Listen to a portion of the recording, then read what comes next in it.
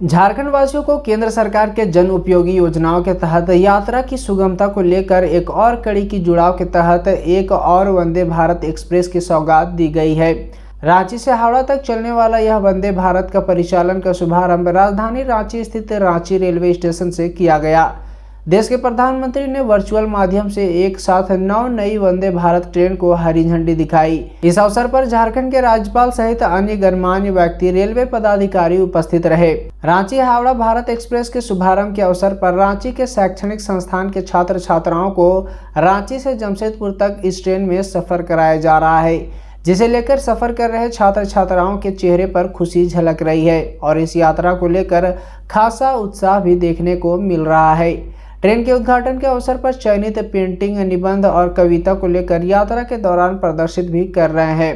Ranchi Howrah Vande Bharat express के शुभारंभ के अवसर पर झारखंड के राज्यपाल कार्यक्रम को संबोधित करते हुए कहा कि आज देश इतिहास रच रहा है। लगातार देश प्रगति के पथ पर अग्रसर होता दिख रहा है एवं वर्तमान केंद्रीय नेतृत्व सकारात्मक ऊर्जा के साथ देश के विकास के लिए प्रतिबद्ध है एवं इसी कड़ी में झारखंड भी मजबूत हो रहा है। From here to Howrah by 12:30 p.m. today. We are leaving the time. I'm not going to take much of your time, but I will tell you one thing. A vision is needed for a political leadership. A political leadership alone can take the country or the state forward. Pradhan Mantri Modi ji is having a lot of vision for the development. Vikas is his only slogan, only thinking. That is his ultimate motive to move the country towards development. We have seen Startup India, Stand-up India. Everybody start. What is going to Startup India and Stand-up India? Now we have seen our Vande Bharat train with more speed and less energy being consumed. वहीं कार्यक्रम में उपस्थित railway पदाधिकारी ने कहा कि इसकी लोकप्रियता भी देखी जाएगी और ट्रेन के ऑक्यूपेंसी को भी देखा जाएगा।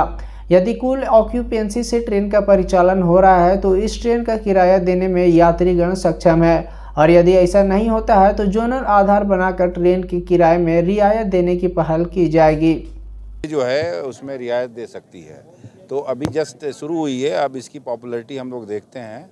अगर पूरी फुल ऑक्यूपेंसी से जा रही है इसका मतलब लोगों में वो पेइंग कैपेसिटी है। अगर ऑक्यूपेंसी नहीं है तो उसमें जो है जोनल लेवल पे कुछ रियायत दी गई है जिसमें हम लोग उसमें रिबेट दे सकते हैं। पटना रांची जो वंदे भारत चल रही है वो 70% से ज़्यादा ऑक्यूपेंसी नहीं है। मेंटेनेंस की प्रॉब्लम आ रही है, एसी बंद कर देते हैं। खुद मैंने 4 दिन पहले 139 पे कंप्लेन करके एसी चलवाया है आगे चल करके। खैर नहीं, ठीक है। अभी तो फेयर की वजह से भी काफ़ी लोग कह रहे हैं कि नहीं, जैसे मैंने बतलाया कि एक ऑक्यूपेंसी से बिलो अगर ट्रेन की पॉपुलैरिटी है तो उसमें कुछ रिबेट दिया जा सकता है। ये भारत मंत्रालय ने ऑलरेडी अधिसूचना जारी की गई है, तो उसमें मैं देख लूँगा। जो आपने बतलाया कि जो रांची पटना वंदे भारत की ऑक्यूपेंसी 70% से हो सकता है किसी एक दिन 70% हो, लेकिन वो भी काफ़ी पॉपुलर ट्रेन है। और अगर कुछ मेंटेनेंस की जो भी कमियां रहती हैं और रेल मदद ट्रेन में जो भी कंप्लेंट होता है उसको हम लोग तुरंत उसका संज्ञान लेकर उसको रिपेयर कराते हैं। वहीं कार्यक्रम में उपस्थित राज्यसभा सांसद ने कहा कि सर्वप्रथम उन ट्रेनों को जो जर्जर अवस्था में है उस पर ध्यान देने की आवश्यकता है एवं रेलवे स्टेशनों का विकास की जानी चाहिए एवं उसके बाद इस प्रकार के हाईटेक ट्रेन का परिचालन शुरू किया जाना चाहिए। वैसे इस ट्रेन के परिचालन का हम स्वागत करते हैं। सबसे पहले जो रेलवे प्लेटफॉर्म्स अभी बहुत उपेक्षित हैं, टूटे फूटे हैं, जर्जर है, असुरक्षित है, उनमें पहले लगाना चाहिए।